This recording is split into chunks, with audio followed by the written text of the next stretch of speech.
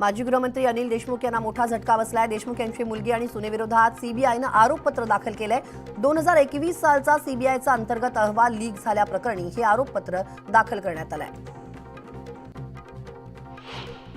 अमरावतीतील pharmacist Umesh Kolhe हत्येप्रकरणी आरोपीला जामीन देण्यास मुंबई सत्र न्यायालयानं नकार दिलाय। गुन्ह्याच्या कटात आरोपी मुशफिक अहमदचा सहभाग असल्याचे विशिष्ट पुरावे असल्याचं कोर्टानं म्हटलंय। भाजपच्या माजी प्रवक्त्या नुपूर शर्मा यांच्या समर्थनार्थ सोशल मीडियावर पोस्ट केल्यानं कोल्हेंची हत्या करण्यात आली होती। ड्रग्ज माफिया ललित पाटील प्रकरणातील आरोपींबाबत संवेदनशील माहिती असलेला 3 पानांचा गोपनीय अहवाल पोलिसांनी न्यायालयात सादर केला आणि या आरोपींचे आंतरराष्ट्रीय कनेक्शन असलेल्या काही गोष्टी समोर आल्याची माहिती पोलिसांनी दिली।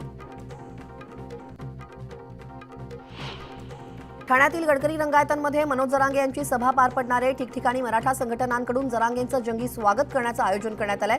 सभेच्या पार्श्वभूमीवर पोलीस दल देखील सज्ज झाले आणि त्यासाठी ठाणे पोलिसांनी वाहतूक मार्गामध्ये बदल देखील केलाय आणि काही ठिकाणी प्रवेश बंदी करण्यात आली आहे। कार्तिकी महापूजेसंदर्भात सकल मराठा समाजाची पुन्हा बैठक होणार आहे। महापूजेवरून सकल मराठा समाजामध्ये 2 गट पडले होते। पुन्हा दोन्ही गटांची एकत्रित बैठक होणार आहे। उपमुख्यमंत्र्यांच्या हस्ते होणाऱ्या शासकीय महापूजेला एका गटानं समर्थन दिलं होतं तर एका गटानं विरोध केलाय। छगन भुजबळ हे मंत्री असतानाही त्यांनी 2 समाजात तेढ निर्माण करणारी विधानं केल्यानं त्यांची मंत्रिमंडळातून हकालपट्टी करावी अशी मागणी जळगाव स्वराज्य संघटनेनं केली आहे। भुजबळांचा राजीनामा न घेतल्यास तीव्र आंदोलन छेडण्याचा इशारा देण्यात आलाय। जालन्यात झालेल्या लाठीमाराची निवृत्त न्यायाधीशांमार्फत चौकशी करा अशी मागणी विरोधी पक्षनेते वडेट्टीवारांनी केली आहे। या चौकशीतून सत्य समोर येईल असंही वडेट्टीवारांनी सांगितलंय। हिवाळी अधिवेशनात ही मागणी करणार असल्याचं वडेट्टीवारांनी स्पष्ट केलंय। महाराष्ट्र राज्य निर्मितीसाठी बलिदान दिलेल्या 107 हुतात्म्यांना हुतात्मा स्मृती दिनानिमित्त मुख्यमंत्री एकनाथ शिंदे यांनी विनम्र अभिवादन केलं। मुंबईतील हुतात्मा स्मारक इथं स्मारकास पुष्पचक्र अर्पण करून आदरांजली वाहिली। युवा संघर्ष यात्रेदरम्यान आमदार रोहित पवार शेतकऱ्यांच्या बांधावरती गेलेत। बीडमध्ये त्यांनी शेतकरी कुटुंबासोबत न्याहारी केली तसंच कापूस वेचण्याचा अनुभवही घेतला। अपत्यप्राप्ती संदर्भात वादग्रस्त वक्तव्य करणारे कीर्तनकार इंदोरीकर महाराज यांच्यावर दाखल गुन्ह्याची संगमनेर न्यायालयात सुनावणी होणार आहे। गेल्या 2 सुनावण्यांना इंदोरीकर अनुपस्थित होते त्यामुळे आज ते हजर राहणार का याकडे सगळ्यांचं लक्ष लागलंय। वर्धा शहरातील अरुंद रस्त्यावर उभ्या वाहनांमुळे अपघाताचं प्रमाण वाढलंय। वाहतुकीचा खोळंबा सुद्धा होतोय। वाहन चालकांना मोठा त्रास सहन करावा लागतोय। यावर नगरपालिका आणि वाहतूक नियंत्रण शाखेनं उपाययोजना करण्याची मागणी केली आहे। गेल्या काही दिवसांपासून रत्नागिरी जिल्ह्यात दाट धुकं पडायला सुरुवात झाली आहे। थंडीचं प्रमाण कमी आहे मात्र दाट धुक्याची चादर पाहायला मिळतेय। या धुक्यामुळे मुंबई गोवा महामार्गावर दृश्यमानता कमी झालेली आहे। वाहनं धीम्या गतीनं पुढे जात असल्याचं दिसून येत आहे। गंगाखेड येथील जायकवाडी वसाहतीमध्ये 135 कोटी रुपयांच्या विकास कामाचं उद्घाटन करण्यात आलं। महाराष्ट्र सुवर्ण जयंती नगरोत्थान महाअभियान योजनेअंतर्गत शहरातील शासकीय इमारती आणि इतर विकास कामांचं उद्घाटन झालंय। वर्ध्याच्या हिंगणघाट विधानसभा क्षेत्रात राष्ट्रवादी काँग्रेस पक्षाच्या शरद पवार गटाकडून परिवर्तन जनसंवाद यात्रा काढण्यात आली आणि राष्ट्रवादीचे नेते अतुल वांदिले यांच्या नेतृत्वाखाली मतदारसंघातील 250हून अधिक गावात ही यात्रा जाणार आहे। यात्रेदरम्यान गावातच मुक्काम ही यात्रा करणार आहे। विदर्भ आणि मराठवाड्याच्या सीमेलगत होणाऱ्या चिमटा धरणाला शेतकऱ्याचा विरोध आहे। 95 गावातील लोकांची शेती या धरणाच्या निर्मितीसाठी जाणार असल्यानं धरण विरोधी संघर्ष समिती पुन्हा एकदा आक्रमक झाली आहे। संतप्त शेतकऱ्यांनी सभा घेत या सरकारविरोधात जोरदार निदर्शनं केली आहेत।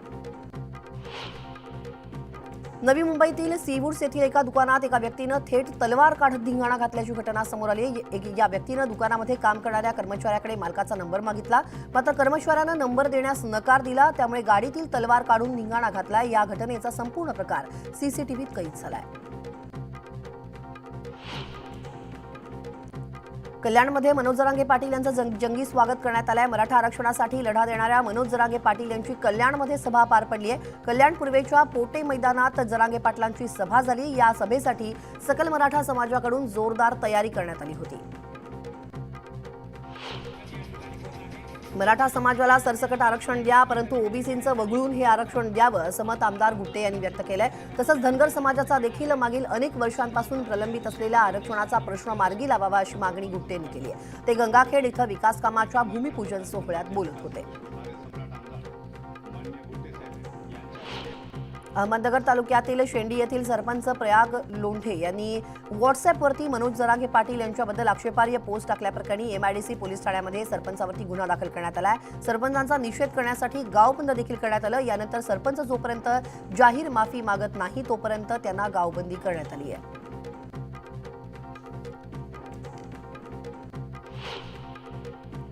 मुख्यमंत्री एकनाथ शिंदे यांनी मुंबईतील स्वच्छता आणि वाढत्या प्रदूषणाच्या पार्श्वभूमीवर मुंबई महानगरपालिकेकडून करण्यात येणाऱ्या उपाययोजनांची पाहणी केली. कलानगर फ्लायओव्हरपासून वेस्टर्न एक्सप्रेस हायवे मार्गे सांताक्रूज मिलन सबवे ते नेहरू जंक्शन रोड आणि linking road, tunnel road, Carter road या मार्गाद्वारे सुरू असलेल्या कामांचीही त्यांनी पाहणी केली. मुख्यमंत्री एकनाथ शिंदे यांनी प्रदूषण नियंत्रणाबाबत पालिका करत असलेल्या उपाययोजनांची पाहणी केली. यानंतर त्यांनी पालिकेच्या सफाई कर्मचाऱ्यांसोबत चहा पीत चर्चा केली. त्यांना कामामध्ये येणाऱ्या अडचणींबाबत देखील त्यांनी चर्चा केली. शिवसेना आमदार अपात्रतेवरील सुनावणीला आजपासून पुन्हा सुरुवात होणार आहे आणि मुख्यमंत्री एकनाथ शिंदे यांना व्हीप मिळाला नसल्याचा दावा शिंदे गटानं केलाय. तर ठाकरे गटानं पुरावे सादर करण्यासाठी परवानगी देखील मागितली आहे. यावरती विधानसभा अध्यक्ष काय निर्णय देतात याकडे सगळ्यांचंच लक्ष लागलंय. जायकवाडीच्या पाण्याबाबत सर्वोच्च न्यायालयात आज सुनावणी होणार आहे. गोदावरी मराठवाडा पाटबंधारे विकास महामंडळाच्या पाणी सोडण्याच्या आदेशाला स्थगिती मिळावी यासाठी ही याचिका दाखल करण्यात आली आहे. विखे साखर कारखान्यानं दाखल केलेल्या याचिकांना विरोध करण्यासाठी कल्याण काळे यांनी हस्तक्षेप अर्ज देखील केला आहे. दूध उत्पादकांची सरकारनं बैठक बोलावलेली आहे. आज ही बैठक बोलावलेली आहे. दुग्ध विकास मंत्र्यांनी दुधाचे दर 35 रुपये करावेत, अन्यथा सणासुदीच्या काळात मंत्र्यांच्या घरासमोर दूध ओतण्यात येईल असा इशारा किसान सभेच्या वतीनं देण्यात आला होता. रायगड जिल्ह्यातील दिघी बंदरालगतच नवं बल्क ड्रग पार्क होणार आहे. दिघी बंदर औद्योगिक क्षेत्रात खासगी विकासकांच्या माध्यमातून हा प्रकल्प उभा करणं आर्थिकदृष्ट्या किती सुसाध्य ठरेल याचा अभ्यास करण्यासाठी महाराष्ट्र औद्योगिक विकास महामंडळानं व्यवहार सल्लागाराची नेमणूक करण्याचा निर्णय घेतला आहे. युवा संघर्ष यात्रेदरम्यान आमदार रोहित पवारांनी बीडच्या ईट गावात चहाच्या टपरीवरती चहा बनवलाय. तसंच अशा असंघटित क्षेत्रात काम करणाऱ्या सुशिक्षित बेरोजगारांसाठी योजना राबवण्याची गरज असल्याचं त्यांनी यावेळी बोलून दाखवलंय. ईट गावातील महादेव जाधव यांच्या चहाच्या टपरीवर भेट देत असंघटित कामगारांचे प्रश्न त्यांनी जाणून घेतले.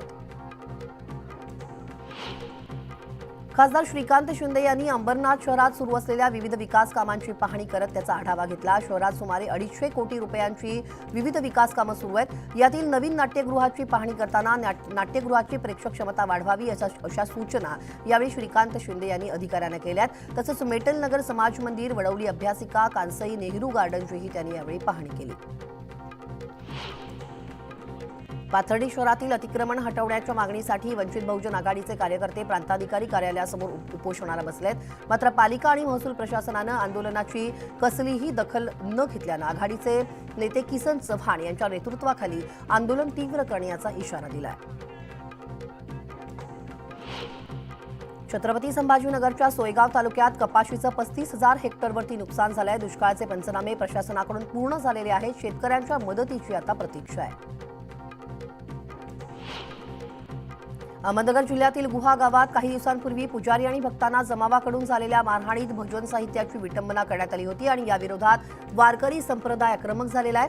राहुरी तहसील कार्यालयावरती ते आता मोर्चा काढणार आहेत. दिवाळी आणि भाऊबीजसाठी सुट्टीवर गेलेल्यांचा परतीचा प्रवास आता सुरू झालाय. त्यामुळे मालेगाव एसटी स्थानकात प्रवाशांची मोठी गर्दी दिसून येते. त्यामुळे एसटीच्या उत्पन्नात दिवसाला सुमारे 4 लाख रुपयांची वाढ झाली आहे. दौंड शहराचं विद्रुपीकरण करणाऱ्या होर्डिंग्स आणि फ्लेक्सवर नगरपालिका आणि पोलिसांकडून संयुक्त कारवाई करण्यात आली आहे. पोलिसांच्या चोख बंदोबस्तात ही कारवाई झाली आहे.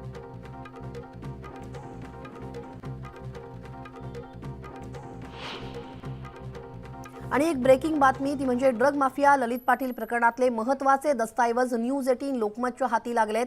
त्याची रोजनिशी न्यूज 18 लोकमतच्या हाती आलेली आहे. यामध्ये डीन डॉक्टर संजीव ठाकूर यांनी ललित पाटीलला रुग्णालयात ठेवण्याचं सबळ कारण नसतानाही उपचाराच्या नावाखाली ठेवून घेतल्याचं उघड झालेलं आहे।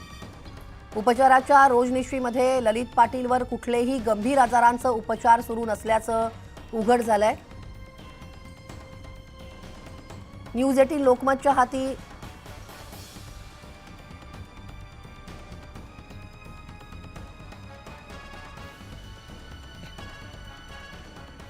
याविषयी अधिक अपडेट घेऊयात आमचे प्रतिनिधी वैभव सोनावणे यांच्याकडून। वैभव,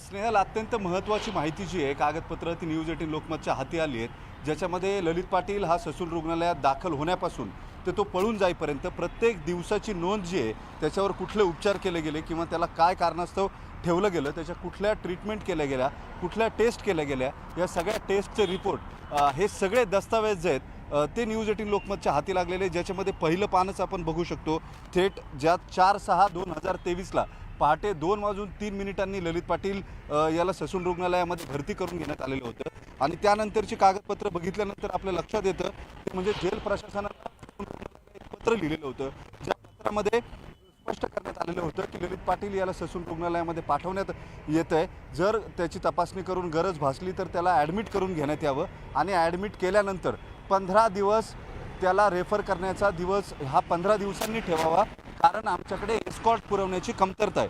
स्पष्टपणे हे म्हणण्यात आलेलं आहे, reference here will above mention prisoner for expert opinion, आणि त्यानंतर सरळ सांगण्यात आलेले kindly don't give follow up day within 15 days due to lack of escort. याचा अर्थ पुरेसा बंदोबस्त नसल्यामुळे कैद्याला पुन्हा रेफर करायची किंवा पुन्हा कारागृहाकडे पाठवायचा जो काळ असतो तो 15 दिवसांपेक्षा कमी ठेवू नका, तो 15 दिवसांचा ठेवा, कारण आमच्याकडे पुरेसा बंदोबस्त नाही आहे त्याला आणायला आणि न्यायला।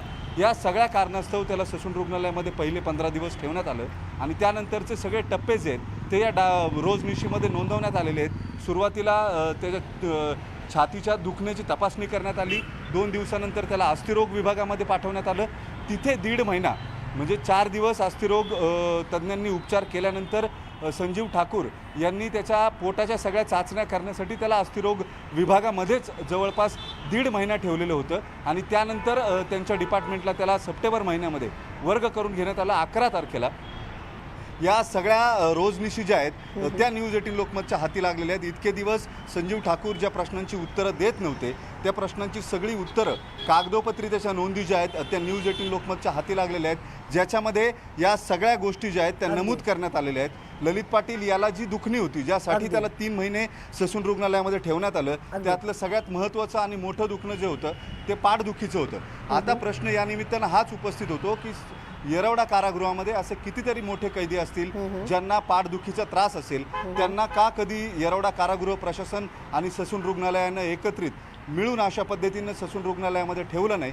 येरवडा कारागृह प्रशासनानं कुठल्या आधारावरती केवळ बंदोबस्त नाही म्हणून एखाद्या कैद्याला 15 दिवसांनंतर पुन्हा येरवडा कारागृहामध्ये रेफर करण्याची नोंद करण्यात यावी असं म्हटलं आहे? या सगळ्या गोष्टी ज्या आहेत त्या एकूण कशा पद्धतीनं येरवडा कारागृह प्रशासन आणि ससून रुग्णालय हे ललित पाटीलला रुग्णालयात ठेवून घेण्यासाठी काम करत होते हे स्पष्ट होतं। याचं कारण ज्या पद्धतीनं येरवडा कारागृह प्रशासनानं ससूनला रेफर केलं आहे, ललित पाटील याला तपासावं आणि त्याला ॲडमिट गरज असेल तर ॲडमिट करून घेण्यात यावं, त्याला पुन्हा परत तपासण्याची वेळ किंवा पुन्हा परत पाठवण्याची दिवसांचा जो कालावधी आहे तो 15 दिवसांचा असावा असं थेट त्याच्यामध्ये म्हटलेलं आहे। आणि कारण जे ते अत्यंत किरकोळ स्वरूपाचं देण्यात आलं आहे, बंदोबस्त नाही, त्याला नेण्या आणण्यासाठी पुरेसा बंदोबस्त नाही म्हणून त्याला 15 दिवस ठेवण्यात यावं असं कारागृह प्रशासनानं ससून रुग्णालयाला सांगितलेलं आहे। या सगळ्या बाबी जर एकूण बघितल्या तर ललित पाटील या प्रकरणामध्ये केवळ ससून रुग्णालयच नाही तर येरवडा कारागृह प्रशासनापासून एक साखळी शेवटपर्यंत कशी तयार झालेली होती। संजीव ठाकूर यांचा कर्मचारी असलेला वर्ग 3चा कर्मचारी असलेला शेवते हा या सगळ्या प्रकरणामध्ये कसा काम करत होता, या सगळ्या गोष्टी यातून समोर येतात। आणि दुसरी बाब म्हणजे महत्त्वाची ही कागदपत्रं आहेत ज्याच्यामध्ये उपचार जर बघितले तर पेनकिलर आणि पोटाच्या चाचण्या या वगळता काहीही करण्यात आलेलं नाही। ज्या चाचण्या करण्यात आलेल्या आहेत या चाचण्या ललित पाटील याचा रुग्णालयातला मुक्काम कसा वाढेल, त्याला कसं या चाचण्या महत्त्वाच्या आहेत हे सांगून ठेवण्यात येईल। या सगळ्याच्या रोजनिशीमध्ये ललित पाटीलवरती कुठलेही गंभीर आजाराचे उपचार सुरू नसल्याचं हे उघड झालेलं आहे। वैभव, तुर्तास धन्यवाद तुम्ही दिलेल्या या सविस्तर तपशिलासाठी। आणि आता वळूयात पुन्हा एकदा उर्वरित घडामोडी पाहूयात वेगवान स्वरूपात। शासकीय सेवेत समायोजनाच्या मागणीसाठी आरोग्य अभियानाअंतर्गत कार्यरत कंत्राटी अधिकारी कर्मचारी 30 ऑक्टोबरपासून बेमुदत संपावरती होते. 22व्या दिवशीही कंत्राटी परिचारकांनी काम बंद ठेवत जिल्हाधिकारी कार्यालयासमोर आंदोलन केलं. गेल्या 22 दिवसांपासून हे कर्मचारी आपल्या मागण्यांसाठी आंदोलन करतात आणि या आंदोलनाचा फटका आरोग्य सेवेला बसतोय. लवकरात लवकर प्रश्न निकाली काढावा अशी मागणी आता नागरिकांकडून देखील होतीये. गोंदियातल्या मोरगाव अर्जुनी तालुक्यातील झासीनगर इथं तब्बल 127 कोटी रुपये खर्चून असलेली उपसा सिंचन योजना रखडली आहे. या योजनेकडे शासनाचं लक्ष वेधण्यासाठी शरद पवार गटाचे कार्यकर्ते तसंच गावकऱ्यांनी मुंडन आंदोलन केलंय. ही योजना पूर्ण न झाल्यास येत्या 2 ते 3 महिन्यात संपूर्ण जल आंदोलन करू असं आगामी निवडणुकीवरती बहिष्कार टाकू असा इशारा गावकऱ्यांकडून देण्यात आलाय. मराठवाड्याच्या हक्काचं पाणी अहमदनगर आणि नाशिक जिल्ह्यातील धरणांमधून जायकवाडी धरणामध्ये सोडावं या मागणीसाठी जालना रस्त्यावर गोदावरी सिंचन भवनासमोर सोमवारी रास्ता रोको आंदोलन करण्यात आलं होतं आणि या प्रकरणी आंदोलन करून वाहतुकीला अडथळा निर्माण केला गेला. जवाहरनगर पोलीस ठाणे ते जिन्सी पोलीस ठाण्यामध्ये आंदोलकांविरुद्ध रात्री उशिरा गुन्ह्याची नोंद करण्यात आली. सोलापूर जिल्ह्यातील मोहोळ तालुक्यातील शेतकऱ्यांच्या पेन्शनचे पैसे थकीत आहेत. हे पैसे खात्यावर जमा न झाल्यामुळे मोहोळ तहसील समोर बोंबाबोंब आंदोलन इशारा देण्यात आलाय आणि हे पैसे त्वरित जमा करावेत अशी मागणी आता शेतकऱ्यांकडून केली जाते. धाराशिव जिल्ह्यातील माकणी इथे तेरणा उपसा सिंचन योजना दुरुस्त करून कार्यान्वित करावी अशी मागणी करण्यात आली आहे. या मागणीसाठी 24 गावातील सरपंच आणि शेतकऱ्यांनी जिल्हाधिकारी कार्यालयात ठिय्या आंदोलन केलंय. यावेळी जिल्हाधिकारी डॉक्टर सचिन ओंबासे यांनी योजनेचं काम करण्याचं आश्वासन दिल्यानंतर हे आंदोलन मागे घेण्यात आलं. अकोल्यातील अकोट फैल 2 गटात दगडफेक झालेली आहे. युवकांच्या 2 गटामध्ये अनेक दिवसांपासून वाद सुरू होता. रात्री 10:30 वाजताच्या सुमारास हा वाद पुन्हा उफाळून आला. दरम्यान पोलिसांनी घटनास्थळी धाव घेतली आणि परिस्थितीवरती नियंत्रण मिळवलं.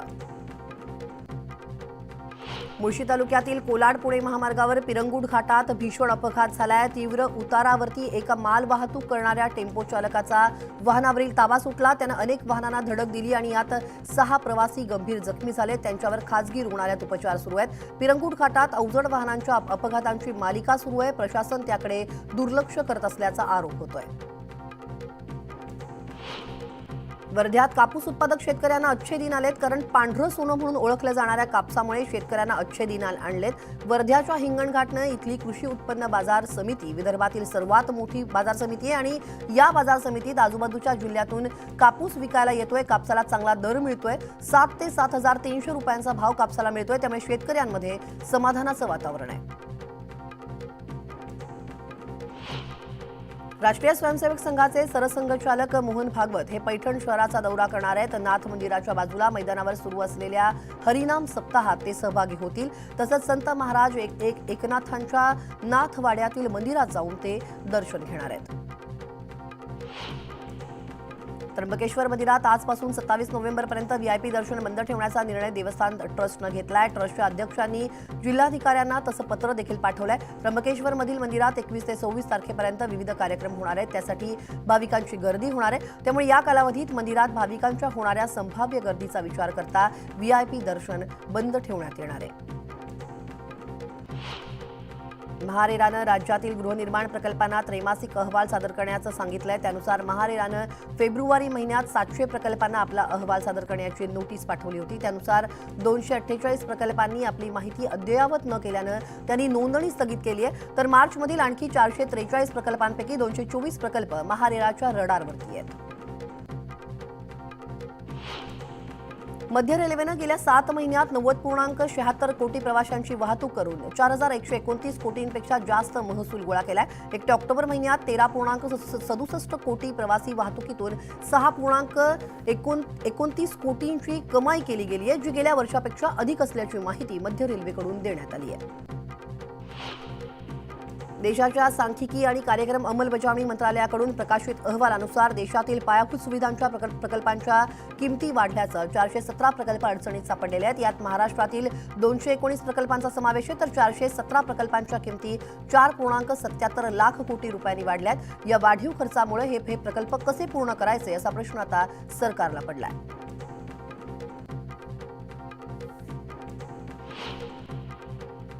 या सगळ्या घडामोडींसह या बातमीपत्रात वेळ झाली एका छोट्याशा ब्रेकची. एका ब्रेकनंतर अगदी लगेच परत येतोय. तेव्हा कुठेही जाऊ नका. पहा फक्त न्यूज 18 लोकमत.